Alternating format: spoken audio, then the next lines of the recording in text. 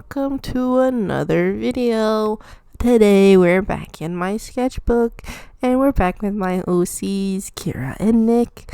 I've been drawing them a lot lately, honestly. Like I said, I've been thinking about making a comic for them, and so they've kind of been at the forefront of my mind, and so I wanted to draw them again. Sorry if you are so sick of seeing them, and if you're sick of seeing AUs, because I'm putting them in another AU. I love AUs, you guys. I talk about this every time I talk about a drawing that I do that is an AU drawing, but I really do like AUs a lot, so this is another AU. I was on Instagram wasting time like I usually am. I try not to, but honestly I fail at it a lot. Thankfully when I do my videos it takes away time for me to be on Instagram. Not that I don't like Instagram, but the problem is I like Instagram too much, or my brain is just so rotted that I just spend hours just scrolling on Instagram, and I try not to do that. I'm trying my best, but I was on Instagram, and I was looking at some art stuff. Another reason why I spend so much time on Instagram, just because I like to look at art. It's like the only place I look at art other than YouTube. But yeah, I saw this artist, and they were like talking about their OC, and they were like an underground MMA fighter, or like an MMA fighter in general. I don't know. I didn't really look at it too hard, but I was just like, oh, that would be so much fun if I had a character who was an MMA fighter or like an underground fighter. And I was like, I could put Kira and Nick into an underground fighter AU, and so that's what this is. It's an underground fighter AU. Actually, you know what, it actually really fits Kira's personality a lot, I think, just because she is like a very fighting oriented person. She doesn't really do anything for fun. Her fighting in like the capacity of the story is sort of kind of just as a way to like get things right for her family, basically. Like she fights and works out just so that way she can be prepared, so that way there's no danger to her family or whatever. But I like to think that she actually does like fighting, but she doesn't let herself indulge too much in things because she doesn't want to get carried away and like lose her not line of sight, but lose like what she's fighting for, you know, like lose sight of what is important. And so I like to think that she actually does like fighting, and so I decided I was just gonna put her in this little fun AU. Honestly though, after I thought of like the AU, or I stole the AU idea from something that I saw, but after I thought of it, I was like, I actually don't know what to do for the AU. Like, what would the plot be? Because I was like, if Kira is the underground fighter, I don't like, for a second I was like, well, I guess Nick could just be the guy who was like at the underground fight and he like fell in love with her or whatever. And I was like, no, I think that's dumb. I honestly, every time I draw them, it's always Nick being flustered by Kira. Because I do think that he is the one who falls for her first, and also I'm a very big fan of the man falling first, and like pursuing relationships. I think that's very cute. In like romantic comedies or whatever. Not that I only like heterosexual romantic comedies, but in heterosexual romantic comedies, I do like it when the guy falls in love first. I really like when the man is pining. What can I say? I think it's very cute. And I just, whenever a girl's like pining after a guy and she's like, oh my god, he's like, I'm like, girl, stand up. So I much prefer when the guy is pining first, and so my instinct is always to just draw him pining over her, and I was like, no, it's too much. One of these days I'm gonna do a comic where she's pining over him, because they do like fall in love. It's not like a one-sided thing. Spoilers for the story, but it's gonna be like a rom-com drama type thing, so it's not supposed to be like a secret that they end up falling in love. That's like the whole premise of the story. Like, part of the premise for the story is that they're supposed to fall in love, but eventually they do fall in love, so like she falls for him also. But I never draw that. I only ever draw him pining after her. So one of these days I'm gonna draw him her pining after him. It's just that he has no redeeming qualities. So I'm like, I don't know what she would be flustered by or what she would find attractive, because he sucks ass currently at this stage of the planning of the story. I'm like, he has like no redeeming qualities, so why the hell would she like him? And she's like very cool, so it's very obvious like why he would like her. And also he's just like very into women. We'll just say it that way because we're on YouTube. But yeah, he's very into women, quote unquote. And so she's a pretty lady, so it's understandable why he would like her. But anyway, one of these days she's gonna look at him and be like, oh, he's cute or whatever. I don't know. But for this AU, I was like, I don't really want him just to be pining over her. I think that's kind of boring. It's been done before. I've drawn it before. I was like, let's do something different. And so I was like, I actually don't know what I want to do with him. And so I was thinking about it. I was like, he could be her manager, a sleazy manager for an underground fighter. I was like, yeah, that's pretty good. And so initially he starts out just wanting to be a manager because she's like one of the better fighters in the underground freaking, what's it called, fighting ring or whatever. And he was like, I would like to represent you. And she's like, no. And he's like, why not? I can get you, you know, a lot of money, because he also wants to get a lot of money. Obviously, I don't know what he wants the money for, or what's the goal for him. Like I said, I didn't really put too much thought into this AU. I was just spitting stuff out as fast as I could. Literally, as soon as I was drawing it, it was like coming out of my mind at the same time. It was like directly mind to hand. So yeah, I was like, I guess. Like, I was really changing up the dialogue on the fly as I was thinking of it, as I was writing it down. I was like, this is fine, I guess. This is all like very first rush draft stuff. And I was like, okay. He's like, I could get you a lot of money. And then she's like, actually, I don't want money. I don't fight because I want money. I fight because it's fun.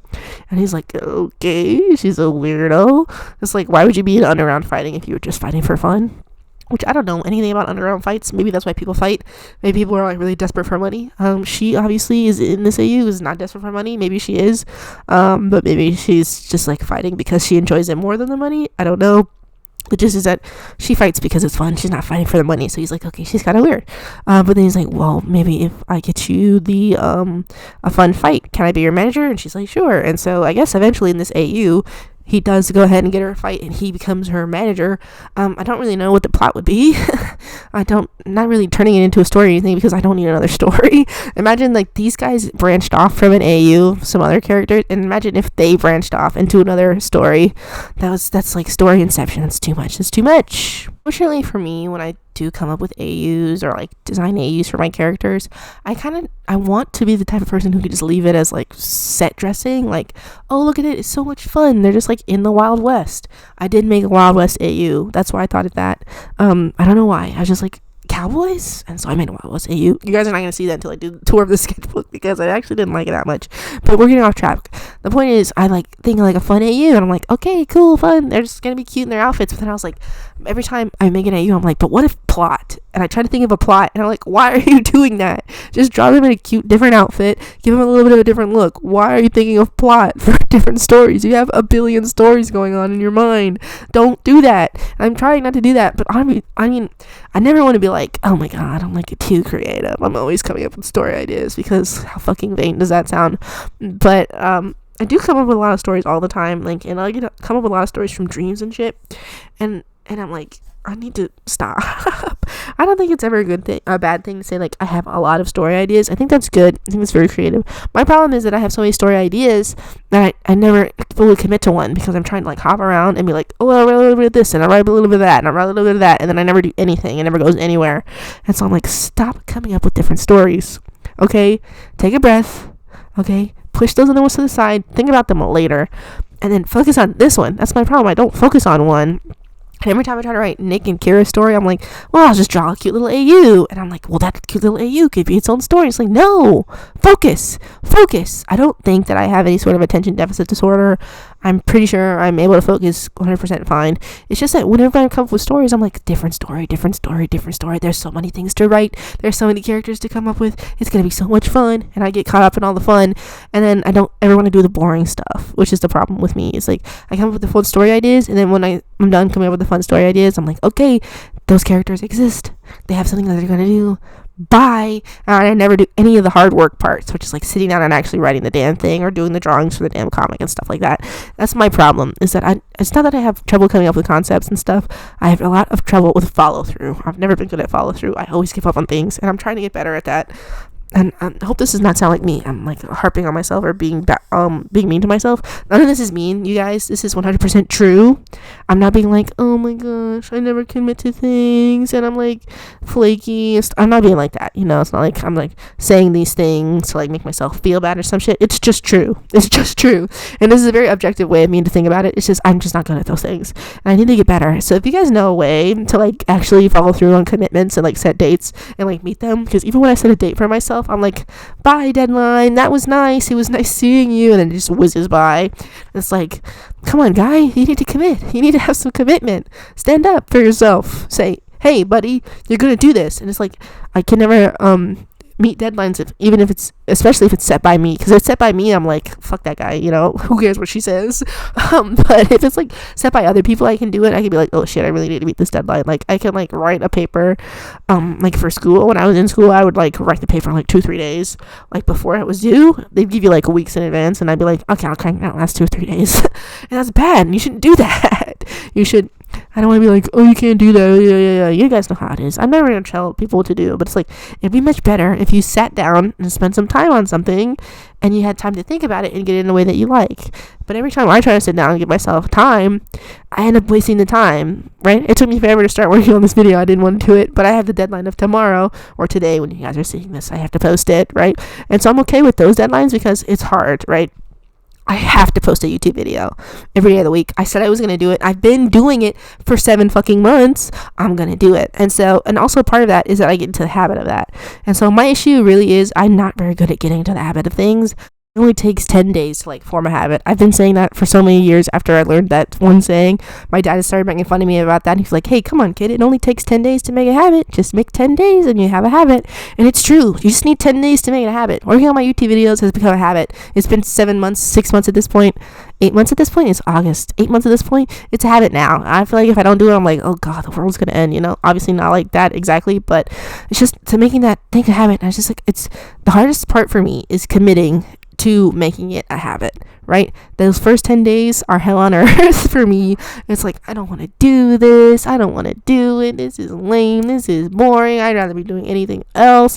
But it's like, I have to always just tell myself, hey, it's already day 2. You only have 8 more days. Or it's day 5. 5 more days. Or it's day 7. You can't stop now. It's day 7. You only have 3 more days. And then it'll be a habit. And you won't even think about it anymore.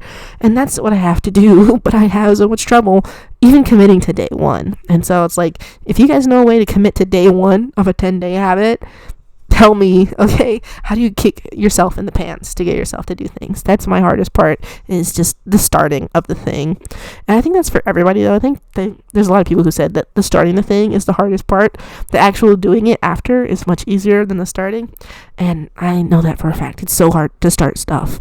But then when I do start things, I actually do end up enjoying them, like this YouTube channel. For a long time, I was like, I'm not going to do it. I don't want to do it. I don't want to do it. And then eventually, on January 1st, I did not have a video ready to go. I had been planning for like 2-3 weeks. I was like, I'm going to stock up on the videos before the new year, and I post my first video in the new year.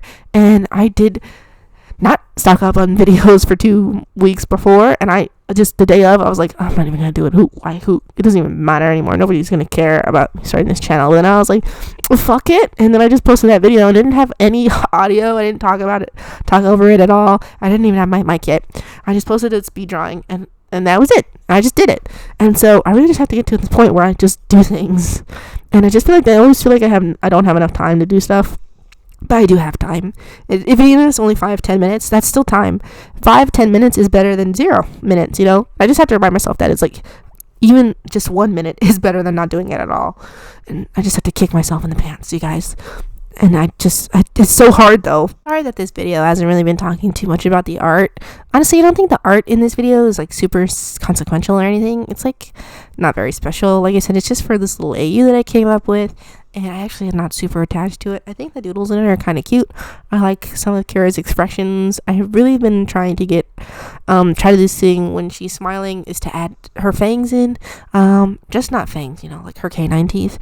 I really like when characters try to look sinister and they smile and you can see their canine teeth. I think that's really cute. Not cute. I mean, I think it's cute to show like the fangs or like the canines or whatever, but it's also supposed to be like intimidating. But yeah, I like it. And so I've been trying to incorporate that into her smiles more. I was doing that a lot when I first started drawing her, and I stopped doing it. And I'm like, why did I stop doing that? I think it's because I stopped drawing her smile so wide and open. And I have gone back to doing that a little bit more in the comics because I am trying to get her a little bit better characterized. And so I have been drawing her smile a little bit wider. Not a little bit, a lot wider. And I was like, I had to add the fangs back. I keep forgetting her fangs or her canine teeth. And so I like those drawings. Other than that, I'm like, nothing really special going on. And I didn't really vary like the poses either. I've been trying to do this thing where I'm like trying to come up with better compositions for these little comic things. I mean, they're just doodles. Honestly, you can think of them as like preliminary thumbnail doodles. Preliminary thumbnail doodles. I'm just trying to get myself into a habit of knowing or like trying to panel things out in a more interesting way. That way, when I start doing paneling for the actual comic, it'll be a little bit easier. I'm not really great at paneling currently.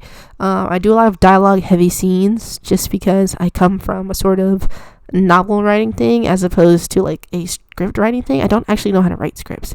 That's also one of the things I need to look up before I start doing things. I am a sort of writer. I was writing primarily short stories / novel type things, so it's like a lot of text, a lot of description, and a lot of dialogue, like long dialogue. And I feel like when you're making a comic, that dialogue should be a little bit shorter and snappier. Like you can have a person talking for paragraphs, but it's going to be a little bit of a hard read for a comic book. Like, I'm not to say that people who read comic books can't read. That's not what I'm saying. It's just like the format is different, right? Like, you're not going to have someone having like a 3-4 page monologue. You can do that in a novel. They'll be like, la la la, I'm reading the novel. And in a comic book, it's kind of like this is like a big ass expedition, buddy. You could have done this in a better way rather than just dumping up fucking 4 paragraphs of text on us, And I'm not very good at like breaking up dialogue. I'm a very wordy writer. I overwrite. That's one of my issues as a writer. I overwrite. I need to get things a little bit snappier, a little bit punchier, And so I'm trying to figure that out, and trying to shorten my sentences, especially in these little comics, and trying to figure out composition as a little bit better at conveying the scene. Because if it's just somebody like I'm standing here and you're standing there, right, and we're just having a conversation, you can write that in a book. It's very boring to read in a comic, right? You need to vary the shots of the camera like they do. It's a similar way that they do in movies, right? If you just show one person talking and one person talking, that's a little bit boring, especially in a movie also, because you're like watching it and just like they're just talking, like whatever. But if you like mix up shots, it makes it seem a little bit more dynamic, a little bit more interesting. And so I actually need to start watching more movies and anime. I do watch TV and stuff, kind of sometimes, not very often actually. I don't really watch TV too much. I watch a lot of YouTube videos, which is not great for like what's it called, for shot composition. I want to say that there aren't YouTubers who do really good shot composition, but I don't really watch a lot of narrative driven stuff on YouTube. I mostly watch people talking about their art, because I like art, and so I like watch a lot of art videos. And so art videos are edited and stuff for the audience of like a person who is consuming art. They're not super edited in a way that's supposed to be like dynamic shots too much, right? You can have dynamic shots in an art video. Obviously you can have whatever in whatever. I'm not trying to say that, but it's like not the same thing. And so I need to start watching more movies and stuff and anime for studying shot composition. I feel like I don't watch enough movies, so I'm not really well versed in shot composition. That's one of the things I'm trying to study, and so I'm trying to read more manga and look at more of what's it called, movies and stuff like that, so that way you can get a little bit better idea of shot composition. Because I feel like paneling is like one of the most important parts of a comic.